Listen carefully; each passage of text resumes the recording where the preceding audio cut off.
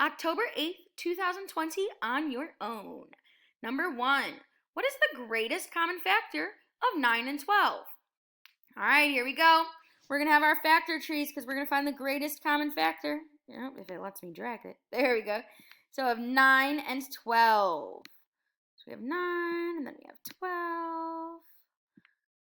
So when we begin this, what times what equals 9? What times what equals 9? 3 times 3 equals 9. Is 3 a prime number? Yeah, because the only two factors are 1 in itself. So 3 is indeed a prime number. There's nowhere else to go. So our prime factors of 9, or prime factorization of 9 is 3 times 3. All right, let's do 12. What times what equals 12? Well, you can either do 6 times 2 or 3 times 4. I'm going to do 4 times 3 here. Any way you do these, as long as they do equal up to that composite number before, it will work, any number. 4, can we break 4 down into something times something? Yeah, we can. What about 3, though? Is this 3 a prime number? It is, because the only two factors are 1 in itself. All right, let's break 4 down. What times what equals 4? Other than 1 times 4. So 2 times 2 equals 4. Yes, yes, yes. All right, is 2 a prime number? Yes, it is. I'm going to circle it. Is this 2 a prime number? Yes, it is. I'm going to circle it. But before I do circle it, I just want to show you what would happen if you continued to break down and factor a prime number. You'd get 1 times 2, and then you'd continue. 1 times 2, 1 times 2, 1 times 2, and you'll just go on and on and on and on and on.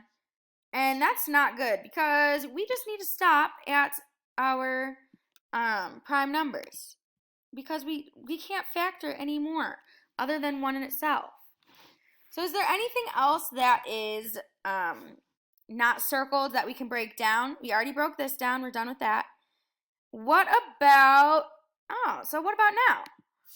So our prime factorization of 12, let's go in order from least to greatest. We have a 2, another 2, and a 3.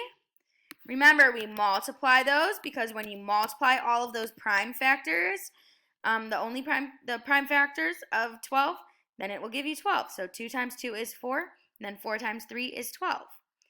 So what prime factors do they share? Oh man, what did I do? What prime factors do they share? So let's see, do they share a 2? No. What about a 3? Yeah, they do share a 3. Now, with that 3, do they share anything else other than that 3? Do they share another 3? No. Any 2s? No. So the only ones that they share is a 3. Now we're going to multiply the shared prime factors. Well, there's only 1, so it's 3. So our greatest common factor is 3. Woohoo! You did it! Great job.